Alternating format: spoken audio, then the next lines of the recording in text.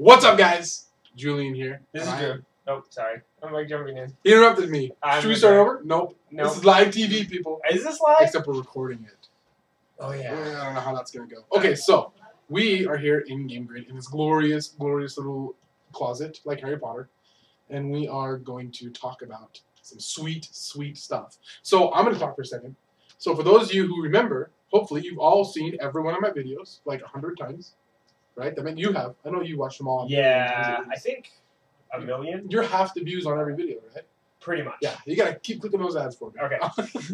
I did it daily a while ago about like bad habits that new players have.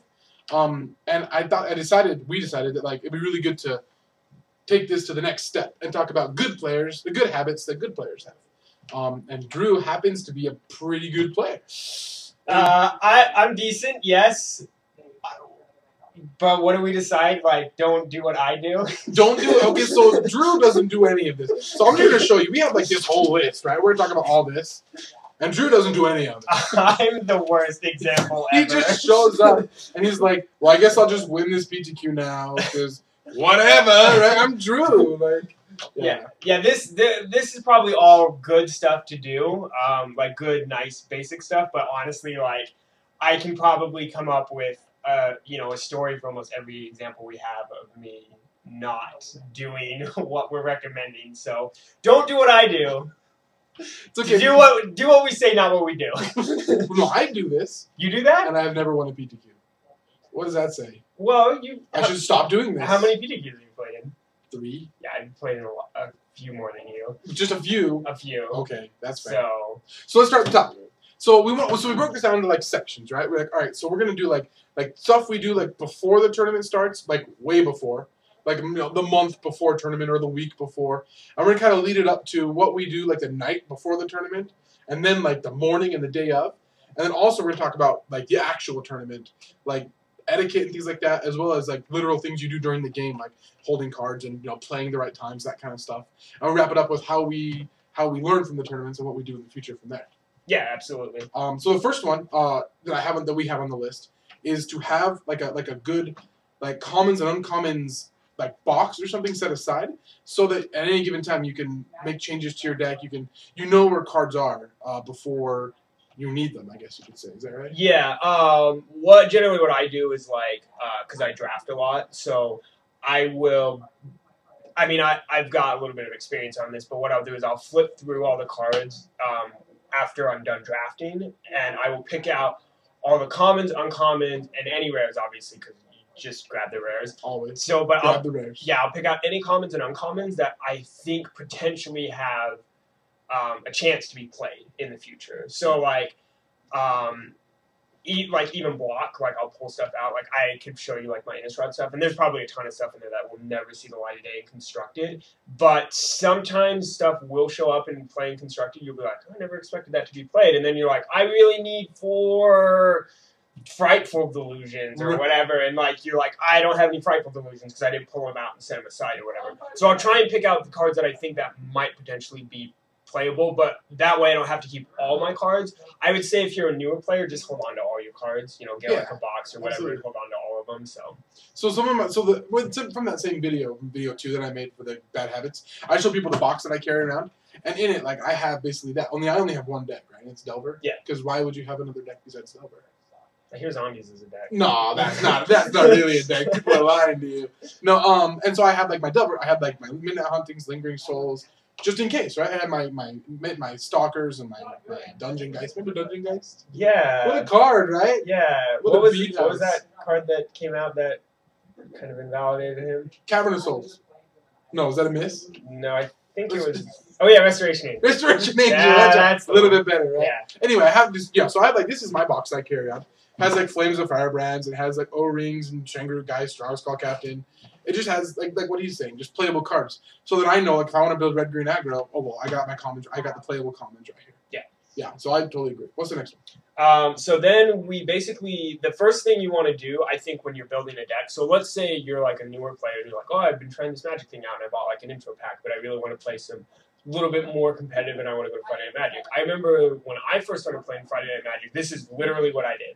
I found, this was several years ago, though, but I found an article by Brian David Marshall about the decks at that time that were really popular in Standard. At that time they called it Type 2, but now it's Standard. Sure. And I found a red-green deck. It was an aggressive deck. And Ooh. I was like, yeah, I think I want to play that deck because that deck looks good. So I picked a deck, and then I spent the time. I didn't go and buy it all at once. I was on a little bit of a budget, so I bought a lot of the commons and uncommons for the deck, and then I slowly picked up the rares for the deck, either trading or just buying the singles. And then eventually I had an actual Type 2 deck. I wasn't super great with the deck. I definitely know I made a lot of really silly errors with the deck that, like I probably wouldn't make those kind of mistakes now. But I did reasonably well at the FNMs. I would go 3-1 fairly consistently. All right, that's better than I do. Yeah, what do you... Don't laugh. Oh, one Don't drop? laugh. Oh, one drop? Oh, one drop. Oh, one drop? Yeah, Julian's like, I swear I'm good, guys. I promise. Dude, okay, so I'm at story time, right? Yeah. So this happened to me yesterday on Monday. So I told you just a little bit of this. I didn't tell you the whole story. Yeah. So I went to Monday Night Magic, right? Sat down for round 1. The kid sat next to me, across from me, and I didn't really know. I'd seen him at the store before, but I didn't really know him. Right. And he's like, dude, I'm a big fan of your videos. Like, I've been watching all of them. Yeah. I think I'm a better player now because of your videos. And I'm like, dude, that's so awesome. Thank you. And then he stomped me. He crushed me. And I was like, man, maybe you should make the videos for now. It was awful. So then I went home. One drop. Yes. One drop. Yes, he goes 1 drop, teaching people to beat him. Teaching people how to play Magic. Teaching people how to beat you. This is how you beat Julian, okay? Just take notes. But yeah, so what I would say, so now the awesome thing is there's actually a ton more content than there was 9 years ago or whatever when I started Friday Night Magic. You have Star City, which there's an event almost every weekend, and they've got content on there. You can watch the live stream, so you can look up deck lists that way. Obviously, there's the Pro Tour coverage and the Grand Prix coverage on Wizards' main website. Little tip, I apparently not a lot of people knew about this because I know like Aaron didn't know about this. If you just go to www.sideboard.com, it takes you straight to the tournament coverage for Wizards. I didn't know that. You didn't know that, yeah. So I usually go to so you click, you're daily MTG, and then you're clicking on the tournament links. Yeah, just go to sideboard.com. It goes straight to the tournament coverage. I didn't know that. Yeah, it's really awesome. So yeah, use sideboard.com, starcitygames.com. Channel Fireball, there's not as many event stuff like deck lists and things like that, but there's good free content on there because Luis Scott Vargas and is he good at Magic? He's decent. Okay. Paulo Vitor Dominarosa, I don't know if you've heard of him. He's not quite as good. Some people think he's the best right now. So. Besides me and you. I'm the best. Right. You're the next best. Right. Then LSE and Paulo. In Julian Magic Land. No, yes. in every Magic Land. Thank you so much. I did win an FNM the other week. Ooh. Yeah, I should give you a high five. Yes! Oh, I'm the best. All right. So sideboard.com, starcitygames.com, Channel Fireball. Again, not a lot of event stuff. So yeah, go there. Generally, I would say just find a deck that you think would suit your style. So if you're I really like aggressive decks, then go figure out what kind of the premier aggressive deck for the format is, and just work on building that deck. And yeah, that's where I would say you would want to start. If you don't have any cards, you don't have a lot of cards, you just bought an intro pack or whatever like that. Awesome. So yeah, what's the next thing? Yeah. So once we go, so I'm gonna kind of skip this and come back to it in a second. But the other place you can go for deck lists, and this is more when you're tweaking and tuning a deck, is the Magic Online dailies. Yep. You can always check there. I think you said it earlier when we were making the list that they have really good technology. That there's a lot of really interesting things that happen, and the metagame just kind of shifting just a little bit every day. Yep. And I really like that a lot. Yeah. So yeah, the nice thing about the Magic Online dailies is that there's multiples of them going on every day for multiple formats. So there's Modern, there's Standard, I think they have Legacy now on there because they finally have the card pool for it. There's Pauper, there's a ton of different formats. There's multiple dailies every day. So you can go in there and see the decks that are doing well. And you can kind of pick up trends. If you sit there and click through all the different dailies, you go, okay, so I see in Modern that Jun's doing really well over the couple, these couple dailies or whatever. Or I see that, All American Delver is really popular. Or I see that Solar Flare is popular in Standard or whatever the deck is. So you can kind of get a feel for what's doing well online. And also, yeah, sometimes you'll see there'll be some cards that will throw you for a loop, and you'll be like, why is that card in there? And then I'll think through it. I'll be like, okay, if he has this card, then he's doing this with it. I'm like, oh, okay, that makes sense or whatever. So yeah, absolutely. So now, once you're actually building the deck, like what Drew talked about, you found a deck you like, or you're building one, or you're just putting one together for the PTQ that's coming up. One of the most important things, and this is something that Drew and I live by, we both agree 100% on this, is play the same art of every card. Yeah. It's a really minor thing, but it's a really easy thing for you to do beforehand, because people don't get to get free information off of you, basically. Oh yeah. And why? Like, why does that happen? Like. Well, yeah. So like, yeah. So like, I have a good examples from like when I play Delver, right? Like, I'll cast a Taxing Probe on somebody, and I'll look at their hand, and I'll say like 3 different forests, like 3 different arts, like a Zendikar forest, and like an Unhinged forest, and a normal one. Yeah. And I'll write down all 3 of those, because you write down people's hands. We'll talk about that more in a minute, taking notes. But I write down their hand, and I'll put like U forest, and then like Z forest, and then like forest, right? And then I know up to what cards they've drawn. Like, quite literally, like if they play a forest I didn't see before, I know what you drew. Like, I know exactly what's in your hand, and I know what to look for. Yeah, so it's like you got to effectively see an extra card simply because your opponent's played with different art. Exactly. Cards. Yeah, exactly. Yeah. And it's really easy to dodge that just by playing the same of every. Yeah, and that way you don't have to, because like if you don't play the same, then you have to kind of remember. And go, oh crap, which lands did you see? Like up of 4 forests. Yeah, and something like Basic Land, it's really easy to get a bunch of the same art for your Basic Land. So, you know, if you want to go the nice budget way where you just get the Basic Land that you get in the packs and stuff, you know, most stores have, you know, a bunch of Basic Land available, and you should be able to pick out 10 or however many you need for your deck with the same art. So. No, definitely. Okay, so should we go on? Okay, so now another thing that we like to do, and we do this, it's kind of off and on. Like when we played in the Utah PTQ, we did this really well, which is building a gauntlet to test with. Not really well, but we did it better than we did before. Better than, yeah. But like when we went to the Vegas PTQ, we just went to the Vegas PTQ. Yeah, I think a good example, like for some gauntlet preparation was. Oh, I'm gonna time you out for a second. Oh no, sure. A gauntlet, for those who don't know, I figured to talk about it. That's probably is basically where you take and you build like a lot of different decks that you then take your deck you think you're gonna play and just kind of run it against all the different decks to see how it does. Running the gauntlet, right? Yeah, well, and the other nice thing about the gauntlet, too, is let's say, like, you have no idea about the format, and you're like, I don't know what deck to play. You can do this. You can create a gauntlet and then just play the different decks and get a feel for whichever deck you like more, and then focus more on playing that deck or whatever. That's what I have for New Standard right here. I got like 5 different decks. They're all just net decked, and I'm just gauntlet. Yeah, and just playing them, you know, playing the different decks, like, and just getting a general feel for it. So, the idea of a gauntlet is just that, like, you know, what are kind of the different decks you're going to see. Gauntlets, now, just to give you a heads up, it's better for gauntlets to not necessarily be comprehensive, but to be, it's better to get a breadth, I think, than necessarily a depth in a gauntlet. So what I mean by that is, like, for example, like, how many different Delver variations were there at the Invitational? Like, 3 maybe or 4? I think there was more. There's the conventional ones with like Restoration Angels and Geist. Then there's the mono blue one with Talrand. Jerry T was playing one with Mirror Crusader and Spectral Flight. Oh, right. Yeah. There's the ones with Hero Bladehold. There's some that don't play Talrand, but they play Augur or Bolas. So like you have like probably half a dozen different variations on the Delver decks.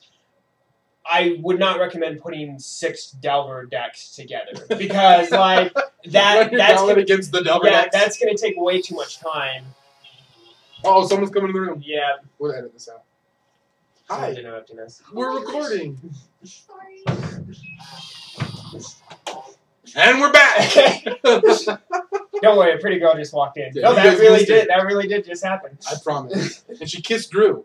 That did not happen. No, she didn't kiss Drew. So like you don't want to have 6 different Delver decks. It's probably good to have 1, maybe 2. Like I would say, like if I was prepping for, say, there was a standard tournament in a week, and I'm like, I need to do preparation. I've got a gauntlet. I would probably have a Restoration Angel Delver deck with Geist and Restoration Angels, and then a Talrand Delver deck with like Augurs and Talrands, because I think those are the 2 most popular variations. But just getting a bunch of practice versus any sort of Delver deck will generally give you a good enough feel for the matchup because they play so many of the similar cards that, you know, you should be relatively well practiced against it. Now, you might get caught by a card or whatever that's, like, kind of unexpected, but, again, it's better to do that and to have practice versus a Delver deck, to have practice versus a Zombies deck, to have practice versus a Solar Flare deck, to have practice versus an infect deck, to have practice versus I don't know what are some of the other decks in the standard. Red green Naya. Red green Naya, yeah, the pod variants.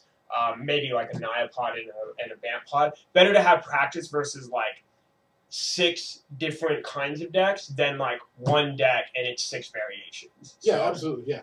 And what we do when we make a gauntlet is we don't spend a lot of time actually building the decks. Like, you know, should run 3 of these or 4 of these, or hey guys, what's the best way? Like, you just kind of look like the most, like what did you say? The most recent large event. Yeah. And you just pull like the best deck out of it, really. Yeah, yeah. So if there's like a Star City tournament last weekend, and you're like, well, I need to build a gauntlet. We go look and you go, oh, there's a zombies, there's a delver, there's a solar flare. Yeah. Like, and you just build those decks. Yeah. And maybe there'll be like 2 decks there, right? Like there'll be like 2 zombie decks, so you can like look at both zombie decks and be like, all right, yeah, they're all playing 4 Gravecrawlers, they're all playing 4 Messengers. This one's playing 3 Aristocrats, this one's playing 2 Aristocrats. You know, so you can kind of be like, yeah, I think 3 is a fine number or whatever. So as long as the list is very close to doing what it should do most of the time, then you should be fine practicing against that. Yeah. You don't want to have your wonky door to nothing. This is kind of an aside. You don't want to have your wonky door to nothingness deck in the gauntlet because you're not going to be preparing to play that. Now, if you have this sweet deck that you think is going to do really well in the standard, then you want to practice it versus all the decks to see if it does do well. But you don't want to have it as a deck. Like if I'm playing Delver for the PTQ and I know that, I'm not going to play versus a door to nothingness deck because I'm not going to expect to see that at a PTQ. So. Right. No, I totally agree there. And yeah, and it's really important that you have this sort of a gauntlet, so you have an idea of at the very least what to expect in the matchups. Yeah. Or what the tough cards are, what kind of the scary cards are. Yeah. And it also, I think, it helps because it also helps you see what cards aren't as scary as you maybe originally thought they were. Yeah. I know, like, I think an example for this was actually Thragtusk against Delver. Mm-hmm. Was that when I first saw Thragtusk and first started playing against him, he just terrified me, like, to no end. Like, I was like, they play Thragtusk, the game is over no matter what, every time. Yeah, and that's not true. Right, and then you start figuring out, like, oh, no, okay, he's obviously really strong. Right, right. But he's not like, oh, they play Thragtusk, and now scoop up your cards, Delver. Yeah. It's more like, oh, they went from 6 to 11. I can still race that. Yeah, like, exactly. Yeah, and so, like, the Gauntlet helps you do that and learn that before the PTQ, right? Yeah. You're learning it 2 weeks Yeah, before. and you got to learn, like, how to interact with those kinds of cards and stuff. Like, you don't do things like Vapor Sack the Thragtusk most of the time, Well, right? you do, because you're dumb. Wait, have I done that before? No, I don't think so. but you do things where you're like, okay, I can trump the Thragtusk with a Snapcaster when we're racing, things like that, because that's a better use of your resources than like because snagging the Thragtusk is almost nothing, right? Like, because not only do they get to recast it next turn possibly, they still have a blocker or an attacker or whatever. So you got to learn, like, how do I interact with these cards or whatever. Like, I know we talk about this a lot, like, versus the decks with Strangler guys, when you're playing Delver, generally you just ignore it. Like, not always, but, like, generally you just, like, you let the Strangler guys hit you for 2 a turn or whatever, and then you try and, like, break up their other plays rather than being like, oh, I have to answer Strangler guys, right? Like, I have to, like, gut shot it and then play Snapcaster Mage and block the Strangler guys, and, like, you don't want to do that. It's better just to take the 2 a turn. Oh, yeah, absolutely. So the next thing on the list is making sure you have travel arrangements ahead of time. Yeah. So something that we're trying to get better at in our area. Sometimes we stink at it. So like when we went to to Vegas for the PTQ in Vegas. Yeah. We had 3 people in the car and we needed 1 more. We really wanted 1 more. So we called someone. I called someone, I guess. I'm embarrassed. I think you did, yeah. But at like midnight, and I was like, dude, we're gonna leave in like 2 hours. Do you want to go to Vegas? And he was like, yeah. And we picked him up on the drive down and went to Vegas. Yeah. It was sweet. So what we do in Utah is what we're trying to do is we have this Facebook group where it's like there's the PTQ traveling group. And I think that's been really helpful for people. I think a lot of people have, and some people don't, like we don't really use it that much. Yeah, I mean we have enough people, I think, that I know personally that like go to events and stuff that I've never had to like go to Facebook and be like, hey, you random person. Like pretty much whenever I travel, I know everyone I'm traveling with. But yeah, if you're like newer and you don't know as many people, then this is probably a good resource to use, I think. Yeah, and we have basically everybody who plays competitive Magic in this group in Utah. It's like maybe 80 people, 70 people in the group. And then there's a thread post for each PTQ or for each GP that's within driving distance. And then people just post in there, hey, we got 2 slots in our car. Hey, I need a ride. Hey, this, that, the other. And just form up cards like that. And it works really well for people. So if you're not doing that and if you need rides, I would start doing something like that. I think it works really well. Yeah, yeah. Unless you're just elitist like Drew. He only travels with certain people. Only you, Julian. Only you, Julian. Only you. You're so nice. Okay, yeah, so this is kind of basic stuff, like just having other stuff besides the cards. So this is like physical things you need, like dice, tokens. That was supposed to rattle. Good. Well, it looks fine. Rattle. Good quality sleeves. This is something I definitely think this is the one thing that I do fairly well, is I always make sure to have good quality sleeves. And generally, if it's an event and I know I don't have any good new sleeves or newer sleeves, I will purchase new sleeves just for the purpose of the event. Mm-hmm. I recommend Dragon Shield or KMC. So these are Dragon Shield sleeves. Your local card store should have these, and then these are KMC sleeves. So either one of these, I like both of them. Oh, yeah. The Dragon Shields come with 100, so not only is that enough to sleeve your deck and your sideboard, it also gives you quite a few extra. These have 80, so it's enough to sleeve your deck and your sideboard, assuming you play 60 cards, and have like 5 extra sleeves. Some people play with like Ultra Pro sleeves. I don't like Ultra Pro at all. They rip. Like I remember a year ago I bought some Ultra Pro sleeves for like the Mono Red deck for Standard, and I wanted to play it in Friday Night Magic, and no joke, within 2 matches of me buying brand new sleeves out of a wrapper, lots of them were ripping from me just shuffling the cards. So I would stay away from Ultra Pro. I would go with Dragon Shield or KMC. Make sure I have a notepad and a pen, dice, tokens, all that stuff. I have tokens because I put them in my deck box, but I'm really bad with dice. Yeah, I generally don't have dice. Dice aren't as important, I guess. Yeah, it's still good to have because it's good to have like a way to keep track of stuff if you need it on creatures. Like if they get +1/+1 counters or they get -1/-1 counters, it's good to have those dice. But tokens for like actual, like if you create a creature token, it's good to have. I think cards are better than dice because dice you can't indicate if you've tapped the creature, stuff like that. So having the token is good because you can indicate if you attacked with it or tapped it or whatever. So I totally agree. I'm gonna go on a little tangent here with a notebook and pen, something I forgot to talk about before. Yeah. But like having a notebook is really important in events like this. Or even not a notebook, but having paper and a pen. Right. Because if you try and keep track of your life with a dice, first of all, it's just not reliable. You can just bump it, and like all of a sudden, oops, you're at 14, not 12, or whatever. Yeah. But also, a big issue is life total disputes. Mm-hmm. Like if I have pen and paper and I have you at 12, and you have dice and it's at 16, and we call a judge over, I don't know what, 95% of the time, the judge is going to go with the paper. The judge will always go with the paper. Right, because you can just track it. You can go, no, you took 4, you took 2, you took 2, you took 2, or whatever. Yeah. Whereas the dice guy's like, no, it's at 16. Yeah. And you're like, no, I mean, pen and paper is just so important, and for more reasons than just life. Yeah, really but definitely for keeping track of life, and keep track of your life and your opponent's life. Always, yes, both. So then I think the next thing we have on the list is just practice. Just play Magic. Like as you get closer to the event, just practice.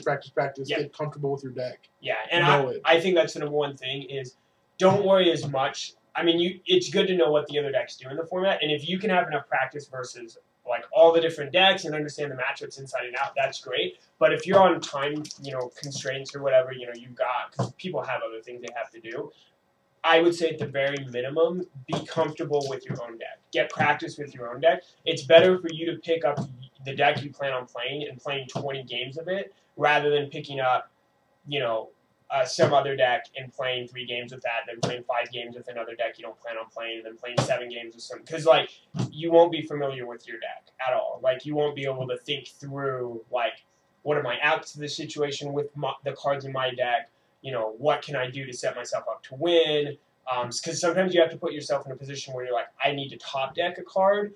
What cards can I top deck? And you'll know that better just by knowing your deck. So yeah, without a doubt, absolutely. And it helps, especially if the deck is a little more complicated. One of the things that I see people, a mistake I've been seeing a lot lately is people are picking up, the Delver deck to play, and they never played it before. Yeah. And then they lose, and they're like, well, this deck is garbage. Yeah. And you're like, nah, you just don't have, you look at a Ponder and you see 3 kind of funky cards, and once you played a lot with it, you understand, okay, these cards are great in this situation, or they're not, or stack them like this. But if you don't know that, if you haven't played the deck a lot, exactly, you're just going to run into big problems. Yeah, you definitely, whatever deck you decide on, plan on, playing, get to know your deck well, so that way you can understand it a little bit better. So, because sometimes you'll play versus a deck you've never played versus, and you're like, I don't know what I need to do, so it's better for you to know what my proactive game plan is, rather than being like, I I don't know what's going on, and so then you kind of are flustered and you're not sure. Yeah, it's just better to know your deck at an absolute minimum. Obviously, the more you can understand different matchups is even better, but I would say step one, that's where you want to be at. A little story I have about that is when I went to the Star City Open in Denver and I was playing Legacy, and I didn't know Legacy at all. Like when going down there, but I was playing Rug Delver. Yeah. And yeah, it was good to be able to understand my own deck. And like I played against Elves, and game one he just crushed me because I didn't know what was going on. Yeah. And then as I was sideboarding, I was looking through my deck, going like, what do I do? And I kind of came to be like, he probably like doesn't seem like he has a way to deal with Tarmogoyf. Probably I'll just make sure I have a bunch of Tarmogoyfs and try and like actually kill him before he can go off, you know. And, right. Like as a little example, but just being able to at least kind of have an idea of what your deck is doing at the very moment. Yeah. At the very minimum. Yeah. I agree.